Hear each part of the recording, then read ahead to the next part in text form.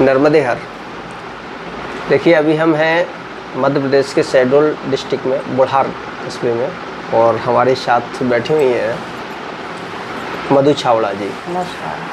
तो इनका पहले भी हमने एक वीडियो डाला था, तो हमारे कई दर्शकों ने हमें व्हाट्सएप पे मैसेज दिए थे और कुछ आंसर उन्होंने क्वेश्चन दिए थे, उनके आंसर जानना चाहते हैं, उत्तर जानना चाहते हैं। उनके मन में एक जिज्ञासा थी।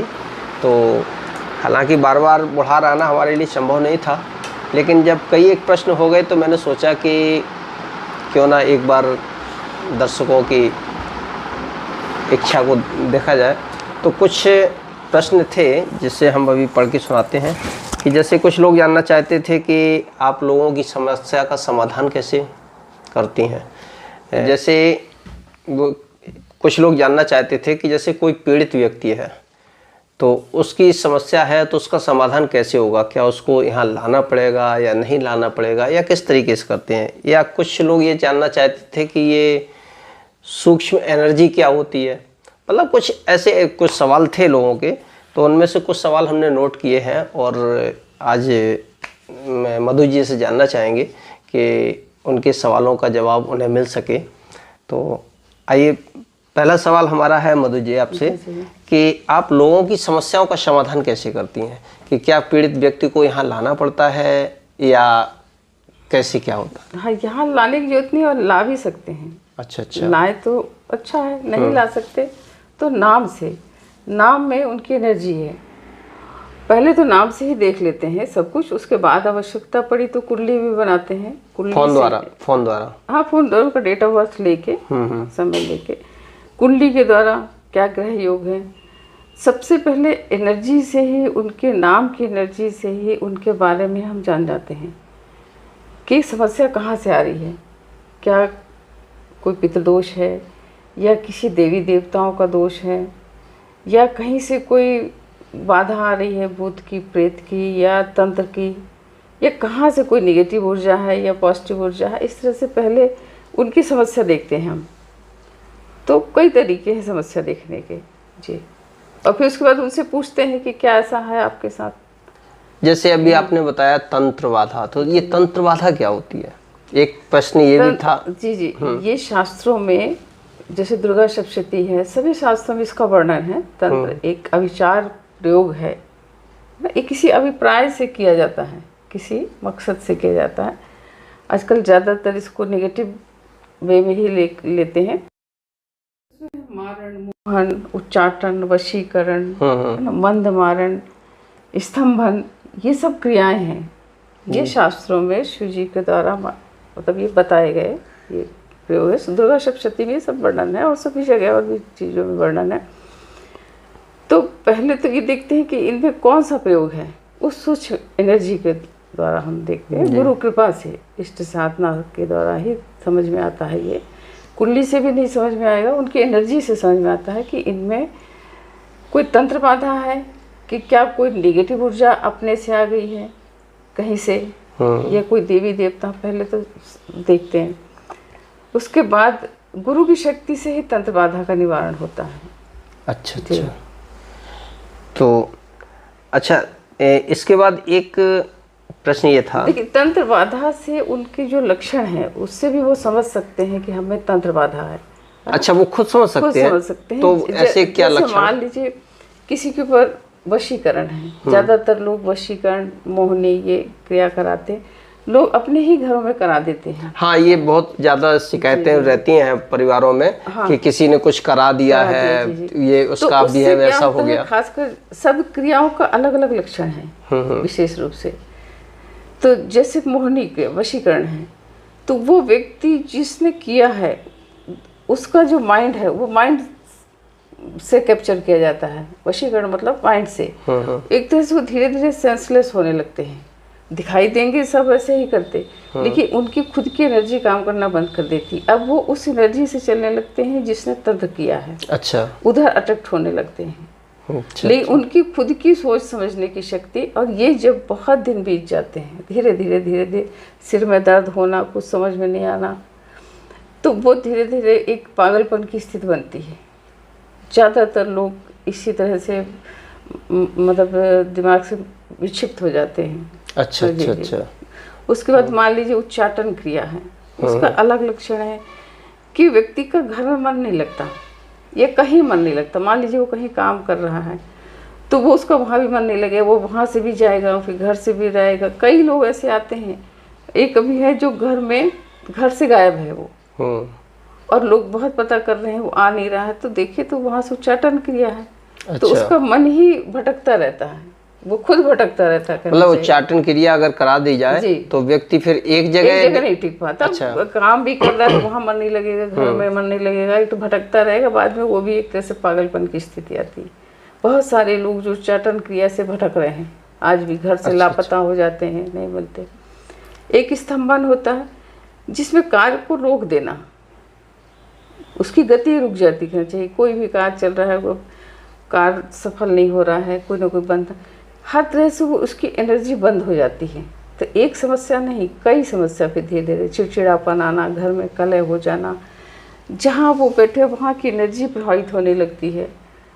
तो स्वाभाविक है, मतलब वो घर में कलह का वातावरण बन जाता है, काम नहीं होते हैं। मारण क्रिया है तो एक मंद मारण होता है, एक मारण थोड़ा ज़्यादा प्रभावी होता है। अगर मान लीजिए ये नहीं तो ये इसका टाइमिंग होता है, एक खासकर ये 7 साल पौने 7 साल का समय रहता है, उसमें ज़्यादा पीड़ा होती है। कोई ना कोई शरीर में ऐसे असाध्य 7 साल काफी लंबा पीरियड हाँ, लेकिन फिर भी वो लास्ट है। दिखाई तो शुरू से देने लग जाएगा, लेकिन वो बिल्कुल बिस्तर में पड़ जाने के बाद ज़्यादातर लोग देखे गए हैं कि जो मृत्यु होती है, अकाल मृत्यु, या तो पितृदोष के कारण या फिर मारण क्रिया के कारण। नहीं तो अकाल मृत्यु का कोई विधान नहीं है वैसे। अच्छा जी। इस वैदिक उसमें जी पूर्वजों को ही मारने का अधिकार है। पूर्वज ये तो पितृदोष वालों के यहाँ अकाल मृत्यु होगी या कहीं कोई मारण क्रिया की गई है तभी अकाल मृत्यु। अच्छा, पितृदोष का कैसे पता चलता है, क्या होता है? पितृदोष एक अलग है, ये ब्लड लाइन से आता नहीं, है। जिसके यहाँ है तो वो अपने आप में समझ सकता है कि पितृदोष है या नहीं है। बिल्कुल अच्छे से। सबसे पहले तो उसके घर की एनर्जी ही ब्लॉक होती है। उनके हर सदस्य जो उस ब्लड लाइन के हैं, चाहे परिवार के कितने भी सदस्य हों और चाहे कहीं भी हों, मतलब किसी भी स्थान पे हों, ऐसा नहीं, तो वो उनकी एनर्जी, जैसे किसी कार्य में सफलता नहीं मिलना, विशेष रूप से जितना वो उसका अधिकारी है उससे उस चीज़ को नहीं मिलता। उनकी ज़मीन, उनका घर, ऐसे घर में वातावरण बन जाता है कि पिता पुत्र में कलह होना, भाइयों में विवाद होना, ज़मीनों के लिए करना, कोई अपना प्रॉपर्टी कुछ बेचना भी चाहता तो बिकता नहीं है, कहीं कुछ करना चाहता तो होता नहीं है। उसके पीछे जो हमारे पूर्वज हैं दरअसल वो पीड़ित होते हैं, भटकते रहते हैं।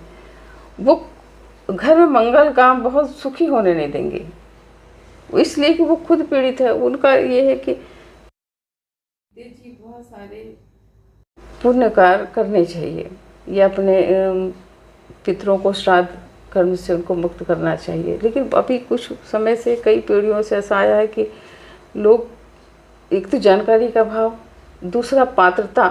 बहुत लोग आते हैं, कहते हैं कि हम तो गया जी में गए थे, मुक्त कराए, लेकिन दरअसल कौन पात्र है उस परिवार के पितृदोष के निवारण के लिए? बड़ा बेटा चाहिए, घर का बड़ा बेटा होना चाहिए, या वो नहीं है तो उसका बेटा बड़ा हो।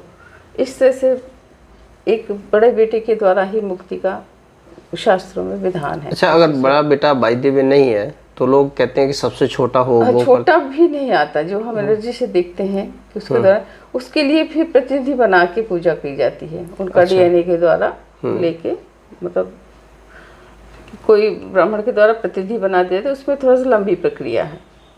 तो अधिकांश ऐसा हमने देखा है कहीं कहीं कि जैसे दाह संस्कार है, बड़ा बेटा करता है जी जी, तो और मान लीजिए बड़ा बेटा नहीं बड़ा है, बेटा लकड़ी मिल गया और दाह संस्कार किया, बहुत अच्छे से गया जाके श्राद्ध कर्म किया। नहीं, अगर मान लीजिए बड़ा बेटा नहीं है तो लोग कहते हैं सबसे छोटा बेटा वो कर दे। वो अग्नि संस्कार में कर सकते हैं। अच्छा। लेकिन जो श्राद्ध क्रिया कर्म है, कर्म का जो वो बड़े बेटे को, जो श्राद्ध कर्म है वो बड़े बेटे को, पिंडदान जो किसको कहते हैं, अच्छा, वो बड़ा बेटा जी। जैसे राजा दशरथ जी थे, वहाँ भरत तो नहीं कर पाए, वो प्रेत योनि में चले गए। जी जी। फिर उसके बाद वो जब वन आए उन्होंने, फिर राम जी ने जब तर्पण किया जल में, तब उनकी मुक्ति हुई।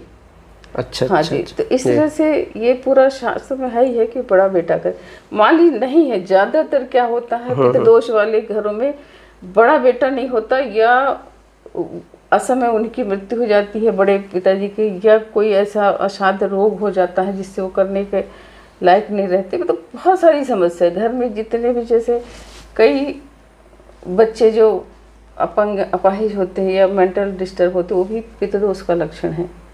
हार्ट अटैक होना, कैंसर होना, डायबिटीज, शुगर, बालों का झड़ना, गंजापन होना, ये सब पितृ दो पक्ष से पितृदोष आता है, मातृ पक्ष से और पितृपक्ष से। कभी कभी किसी में दोनों पक्ष से आया हुआ होता है। तो पितृपक्ष वालों में ये हार्ट अटैक की समस्या, जो सूर्य से संबंधित रोग है, sugar, diabetes, blood pressure, jaundice, इस तरह की चीज़ें होती।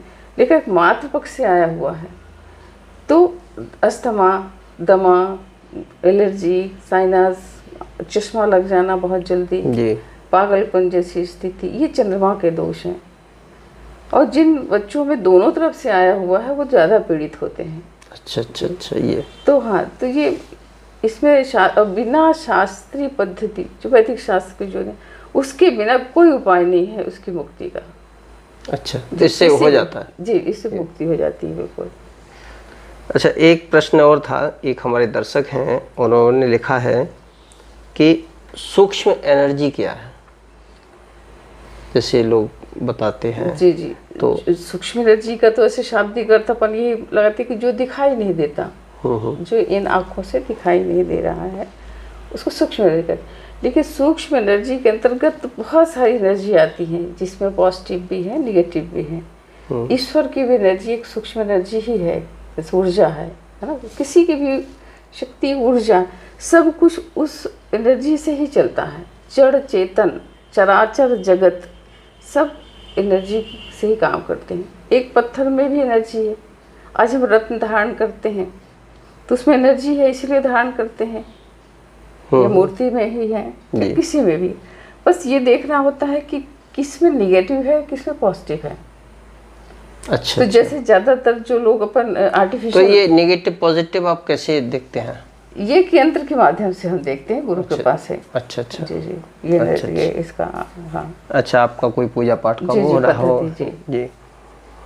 अच्छा, तो एक ये तो हो गया सूक्ष्म एनर्जी वाला। आगे एक लोग लिख रहे हैं, उन्होंने लिखा है कि ग्रहों के द्वारा, जी जी, ग्रहों के द्वारा रोगों का निवारण कैसे होता है? क्या ये जो रोग होते हैं ये वास्तव में ग्रहों के द्वारा काटे जा सकते हैं? सबसे पहले तो देखें, हमारा जो शरीर है जी, और ये तत्व जो है 5, अग्नि, पृथ्वी, जल, अग्नि, वायु, आकाश जो है, ये यही ग्रहों के तत्व हैं।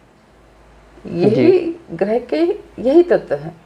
तो जैसे हमारा चंद्रमा वीक है, मान कुंडली में, तो अपन समझ सकते हैं जल तत्व की कमी है, या कोई कुपित हो गए हैं, प्रतिकूलता हो गई है उसमें। जैसे वायु तत्व कुपित अगर हो जाए बॉडी में, तो एक तरह से हम कहते हैं शनिदेव के तो पीड़ा होगी शरीर में, खासकर, है ना। ये जो बात की शिकायत होती है, जॉइंटिस, ये जो भी नहीं, जॉइंटिस नहीं, जो हड्डियों के दर्द होते हैं, रोग होते हैं, ये अच्छा, बात से संबंधित जो कफा, तो हर तत्व का अपना अपना एक रोग है। तो जैसे उसको ग्रहों के माध्यम से समझिए, चाहे तत्वों के माध्यम से। जैसे जो 7 चक्र हैं, ये भी तत्व है। हमारा मूलाधार पृथ्वी तत्व है, फिर स्वादिष्ठान जल तत्व है, मणिपुर अग्नि तत्व है, ये हृदय के पास इस तरीके से होता है, ये वायु तत्व है ना। और ये फिर आकाश तत्व है। जैसे हमारे गुरुजी एक कहते हैं कि आलस्य और प्रमाद से शरीर में स्थित पंच तत्व प्रभावित होने लगते हैं। जैसे अगर पृथ्वी तत्व, आलस्य, प्रमाद, पृथ्वी तत्व की स्थिति हमारे शरीर में पैर से लेके कमर तक है, ये पृथ्वी तत्व कहलाता है। तो अगर ये इससे काम नहीं हुआ, कर्म नहीं हुआ, आलस हुआ, प्रमाद हुआ, हम कोई काम नहीं कर पा रहे हैं, तो क्या होगा? वो पृथ्वी तत्व बंजर हो जाएगी एक तरह से कुछ। फिर उससे जल तत्व प्रभावित होने लगता है, पड़े पड़े लेटे लेटे क्या होगा, है ना? जल तत्व बदबू देने लगता है। वो कहते हैं अग्नि तत्व जो हम खाते हैं, जठराग्नि जो पचाती है, उसमें धुआं उठने लगेगा, उससे वायु तत्व प्रदूषित हो जाता है, हृदय। और आकाश तत्व मतलब ये हमारा भाग्य दुर्भाग्य में बदल जाता है। जी। तो अच्छा। हाँ, तो इस तरह से वो कहते हैं कि हम कुछ श्रेष्ठ व अनूठा करें, ऐसा मतलब कर्म करें। उस पीछे ये है कि आप कर्म करेंगे तो आपके सब तत्व बैलेंस में रहेंगे। ये भी इनको भी बैलेंस होना जरूरी है। कभी कभी ये ओवर एक्टिवेट हो जाते हैं, कभी ये उदासीन होते हैं। अच्छा। हाँ, अच्छा, तभी ये प्रॉब्लम होती है। ये रोग वगैरह जो है, वैसे इनका भी परसेंटेज है 35 वगैरह जैसे है, तो वो एक नॉर्मल होता है। तो बहुत सारे हैं, बहुत डिटेल में जाएंगे तो बहुत अच्छा ज्ञान है, इसके सबके उपाय हैं, बीज मंत्र हैं। अच्छा। बीज मंत्र के द्वारा हम उन चक्रों को बैलेंस कर सकते हैं, मतलब तब तो सीधे बैलेंस हो जाएंगे। जा सकते हैं ऐसे। हाँ, ये स्वयं कर सकते हैं। अच्छा, स्वयं भी कर सकते हैं, स्वयं ही करना है इसको बीज मंत्रों से। अच्छा। उस शब्द के माध्यम से, तरंग के माध्यम से। एक हमारे दर्शक हैं जो जानना चाहते थे कि औषधि स्नान क्या है। जी। तो और इससे कैसे लाभ होता है? हाँ, सबसे पहले तो जब हम कुंडली देखते हैं, ग्रहों की स्थिति देखते हैं, एनर्जी देखते हैं। दरअसल ग्रह देख लेना ठीक है कि कोई अच्छे स्थान पे ग्रह बैठा हुआ है, उसका फल हमें, और उसकी महादशा चल रही है और हमें वो शुभ फल दे रहा है, लेकिन उसकी एनर्जी अभी क्या है वर्तमान में, हमें वो पॉजिटिव है कि नेगेटिव है कि माइनस में जा रहा है। तो एनर्जी देख के अगर मान लीजिए वो नेगेटिव में है, कमज़ोर है, तो शास्त्रों में, पराशर ऋषियों के द्वारा और भी बहुत से शास्त्रों में ये ग्रहों की औषधियों का वर्णन है। पुराने ज़माने में उसका ये कहा था, क्वाथ बना के जंगल से लाइए, उसको कूटिए, रात में भिगा दीजिए, सुबह उस जल से स्नान करिए। उस पर्टिकुलर ग्रह के हिसाब से जो औषधि लाई गई, सबके अलग अलग औषधियाँ हैं। सूर्य के अलग हैं, जैसे कमल का पुष्प है, सूर्य में लगता है, महुआ का पुष्प, कि कमल का पुष्प सूर्य उदय होता है तभी खिलता है, तो सूर्य से संबंधित है। जैसे दोपहरिया का फूल होता है, वो सूर्य उदय होगा तभी खिलता है जी।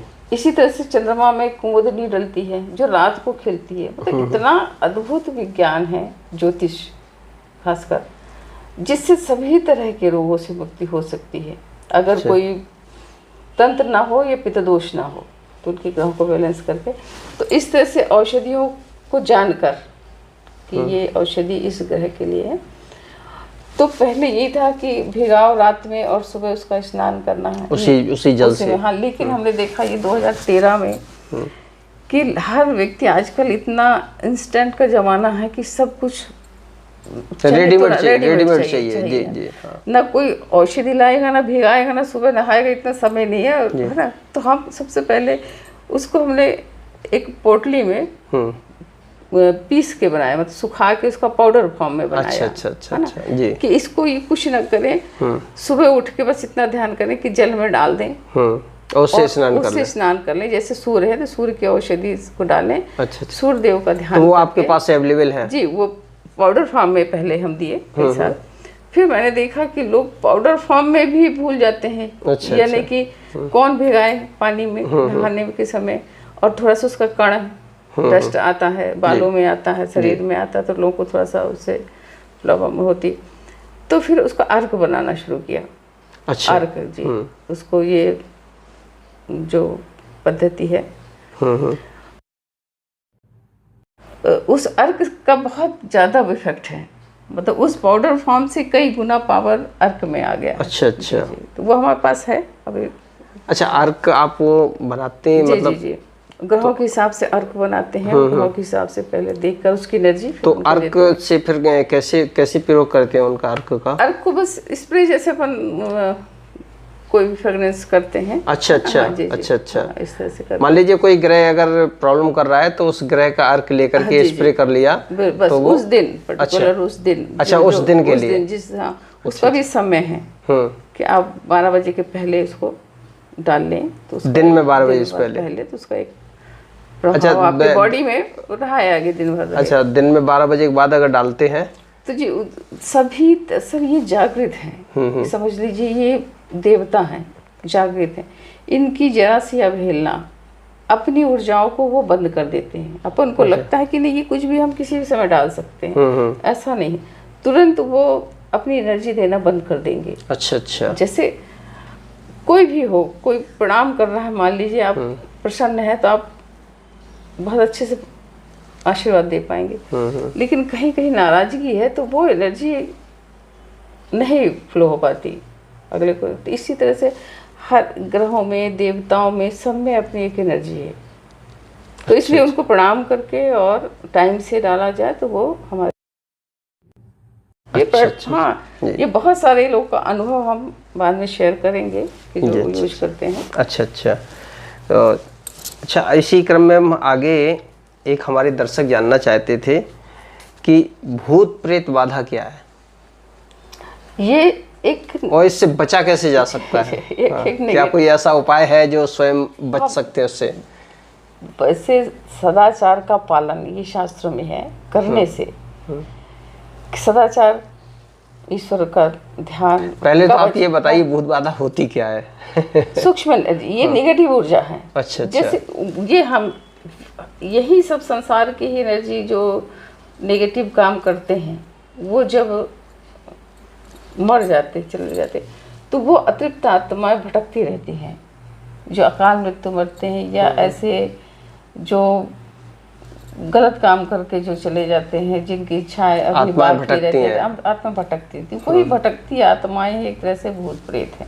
अच्छा। हाँ। तो प्रेत योनि में थोड़ा सा ज्यादा लोग आते, जैसे पूर्वज एक तरह से प्रेत योनि में जाते हैं। भूत थोड़ा सा नहीं, हमारी 84 लाख योनियों में भी एक योनि प्रेत योनि है। बहुत सारे इसमें भूत, पिशाच, राक्षस, दैत्य, सब अलग अलग कैटेगरी के हैं। अघोरी है, मशान है, अच्छा। बहुत सारे हैं जिनके अलग अलग प्रभाव है बॉडी में, और ये बहुत कष्ट देते हैं। मतलब जो जिंदगी में गलत काम करते हैं ऐसे लोगों की आत्मा भी प्रेत योनि में भेज दी जाती है। अवसर पाके किसी की बॉडी में, जैसे चोर चोरी करता है, कोई कमी देख के घर में कि कहीं से कोई पोल दिखा तो घुस गया, इसी तरह से ये भी एनर्जी है। जब देखिए कोई जैसे अशुद्ध अवस्था में है, तो इसीलिए मंदिर कहा गया, खासकर ये मंदिरों में, मस्जिदों में, ऐसी जगह पे बहुत रहते हैं कि उनको अब लगता है कि अब जीते जी तो ढंग से किए नहीं, अब मरने के बाद कोई हमें मुक्त कर दे, कोई ऐसी पवित्र आत्मा मिल जाए जो जिससे हम मुक्त हो जाए। इसलिए ऐसी जगहों पर रहते हैं। तो ये साथ हो लेते हैं नेगेटिविटी देख के। बहुत सारे उसके लक्षण हैं जो नेगेटिव इंसान के, हाथ पर नहाना नहीं, शुद्धता नहीं, बहुत सारे लक्षण हैं। जी। बालों से प्रवेश करते हैं शरीर से किसी, तो ये बहुत अच्छा। बचने के लिए केवल ये है कि सदाचार जीवन जिए।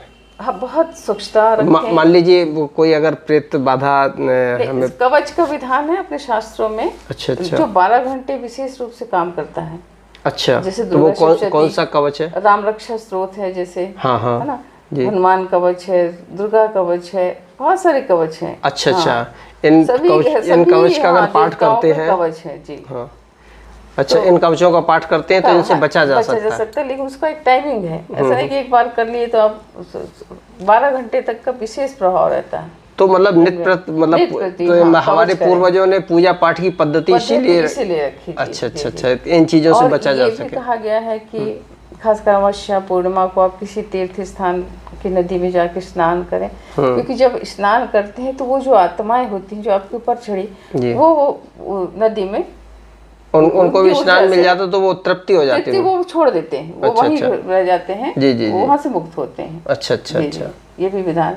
अच्छा। क्योंकि बहुत सारे आत्माएं, मतलब स्नान का भी विधान इसीलिए बनाया गया है। बिल्कुल शुद्धता में। और खासकर ऐसे समय पे वो, क्योंकि अमावस्या इस समय ज्यादा प्रभावी होते हैं, फिर वहाँ वो उतर जाते हैं। आप डुबकी लगाते हैं तो वो आत्माएं हमें छोड़ देती हैं, या फिर कोई पवित्र आत्मा के संपर्क में वो आए तो वो फिर उनको हटा सकते हैं। ये अच्छा, अपने से नहीं जाते। अच्छा अच्छा। ये भी है। लेकिन कहीं आप ऐसी जगह पहुंच गए, किसी संत, किसी महात्मा, किसी ने कृपा कर दी, तो वो उनके ऑरा से वो चले जाते हैं उनका। अच्छा, अब आखिरी एक सवाल, और हमने आपका काफ़ी समय लिया और आप भी बहुत व्यस्त रहती हैं और एक आखिरी सवाल है कि देवी देवताओं को कोप यानी क्रोध कैसे आता है? ज़्यादातर हम देखते हैं कि परिवारों नहीं, में लोग तो ये कहते हैं कि देवी देवता तो क्रोध कर ही नहीं सकते। देखिए, सबसे पहले ये देखिए कि जो शास्त्रों में अपन जैसे पूजा करते हैं 16 विधि, कि ग्राम देवता, स्थान देवता, वास्तु देवता, कुल देवता, ये सब एक प्रक्रिया है समाज की व्यवस्था के लिए। ईश्वरी व्यवस्था है, ये इन्होंने बना रखी है जी। कि एक घर के वास्तु देवता होंगे, फिर स्थान देवता होंगे, फिर ग्राम देवता होंगे, फिर ईश्वर हैं जगत के। तो इस तरह से तो ये इनकी अवहेलना से आजकल ज़्यादातर लोगों को ये नहीं पता कि हमारे कुल देवता कौन है और हम उनकी पूजा कैसे करें। सबका एक समय है, जैसे इनकी रोज़ पूजा नहीं करनी है जी। 6 महीने में एक बार या साल में एक बार उनकी पूजा ही होती है, लेकिन जो उनको चाहिए विधिवत होनी चाहिए, जो चला आ रहा उससे।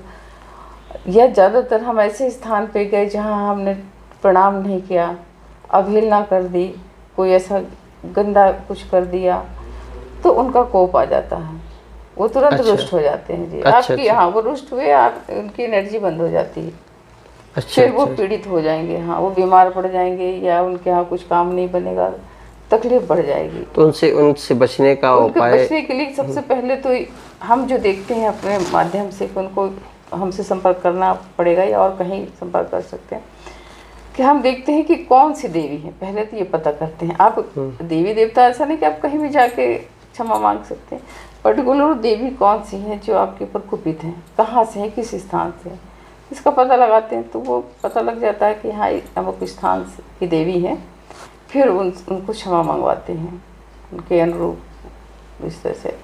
तो क्षमा, तो ये बहुत जल्दी नाराज भी होते हैं और बहुत जल्दी क्षमा भी करने वाले देखते हैं। क्षणे रुष्टा क्षणे तुष्टा, ये स्वभाव है शक्तियों का। और बहुत अद्भुत विधान है हमारे वैदिक शास्त्रों में, खासकर सनातन जी, है ना, इसमें तो इतना, और इसको लोग नहीं मान रहे हैं, इसलिए ज़्यादा पीड़ित हैं। जो शास्त्रों का विधान है, जिस तरह से संस्कारित किए जाते हैं, जो संस्कार है, जिस तरह से चलना चाहिए। कुछ लोग तो इसको, ज़्यादातर लोग निगेटिव रहते हैं, निगेटिव सोच रहती है। हाँ, कुछ लोग तो इसको ढकोसला मानते हैं, ये ढकोसला है, रूढ़िवादिता है, मतलब इस तरीके की ज्ञानता है उनकी, ये कहिए सीधे सीधे। हाँ, अच्छा जी, ज्ञानता, वो पीड़ित रहेंगे। भले वो, उनको लगता है कि जब हम पैसा मिल रहा है तो हम ठीक है, या घर है, ये वो अंदर से अशांत रहते हैं। वो, और जीवन बहुत लंबा है। कुछ कहते हैं आडंबर है, और हो क्या, मार्केट में भी कुछ ऐसे लोग हैं जो केवल धन कमाने के लिए इस तरीके के प्रपंच करते हैं। तो लोगों का विश्वास इस वजह से और कम हो रहा है। तो उसका कुछ वो जो निगेटिव लोग हैं वो तो निगेटिव ही करेंगे और बोलेंगे और सब फैलाएंगे ही। जैसे वो सारा एनर्जी का खेल है। जैसे एक पॉजिटिव व्यक्ति के पास जाइए तो आप पॉजिटिव चीज़ें ही आपको मिलेगी सुनने को, देखने को, करने। नेगेटिव व्यक्ति के पास जाएंगे तो क्या होगा, वैसा ही वो संगत मिल जाएगी, वही कहेगा कि हाँ ये ऐसा कर लो। तो ये सब पॉजिटिविटी और नेगेटिविटी का है कि बाहर से जो दिखाई दे रहा है उतना ही सत्य नहीं है। सत्य बहुत उसके पीछे है। जैसे अपन जो देख रहे हैं कि ये अमुक व्यक्ति है, लेकिन उसके पीछे कौन सी एनर्जी काम कर रही है, ये पॉजिटिव है कि निगेटिव है, कि क्या दोष आ रहा है। और अलग से आप देख सकते हैं, जो पॉजिटिव व्यक्तियों की ऊर्जा अलग होती है, उनको सफलता मिलती है। तो सब एनर्जी का ही खेल है एक तरह से जी। चलिए, आपने, ये बहुत विस्तृत विषय है, कभी फिर चर्चा करेंगे अपन। ये है कि लोगों की समस्या का समाधान पूर्ण रूप से होगा यहाँ अगर वो सिर्फ नाम भेजते हैं किसी तरह अच्छा, से। अच्छा, हाँ, अच्छा। अपना पूछना चाहते हैं, फ़ोन नंबर ले लें, नाम। चलिए हम आपका नंबर डिस्क्रिप्शन अभी तो बॉक्स वो- में दे देंगे, हाँ। जिससे कि अब वो सिर्फ हमें अपना परेशान ना नाम करके बता आपसे दें, हाँ सीधा और सीधा बात करें। उनकी समस्या हम बताएं, फिर अब वो बिलीव करें, जैसा भी उनको करना है नहीं करना वो उनकी मर्जी होती है। जी जी लेकिन वो जान सकते हैं कि हमको जो पीड़ा है ये कहाँ से है और क्यों हो रही है, ये पता किया जा सकता है। उसका अच्छा, उसका समाधान भी है। इसकी भी कुछ फीस वगैरह आपकी, जैसे अगर कोई मान लीजिए जानना चाहे। हमने रखी है उसे 1100 रुपये बताएगी, फिर नहीं तो बहुत सारे कॉल आएंगे। अच्छा, फेक कॉल भी आते हैं बहुत और से। कुछ जी भी जी। अनावश्यक लोग पूछेंगे, अच्छा, समय खराब जी, कर तो। लेकिन फीस में क्या होगी, जिसको बहुत आवश्यकता है वही आएगा, वही कॉल करेगा, जी जी। वही संपर्क करेगा, जिसको जानना है, जिज्ञासा है और करना चाहते हैं। नहीं तो लोग समय बर्बाद करेंगे। हाँ, ये ऐसा भी बहुत से लोग फेक कॉल करते हैं, कुछ नहीं है, टाइम पास टाइम करना पास तो। करो, पूछो क्या है। अब चलिए, आपने बहुत समय दिया, उसके लिए बहुत बहुत धन्यवाद जी। नर्मदे। चलिए, हो सकता है हमारे दर्शकों की जिज्ञासा जो थी, जो प्रश्न थे, कुछ हद तक उन्हें समाधान मिला होगा। और बाकी का हम मैडम का नंबर डिस्क्रिप्शन बॉक्स में दे देंगे, और जो भी आपकी क्वेरी आती है तो आप डायरेक्ट प्लीज़ संपर्क कीजिए, क्योंकि बार बार आप हमसे बोलेंगे तो हमारा यहाँ आना बहुत दूर पड़ जाता है जी। चलिए, नर्मदे।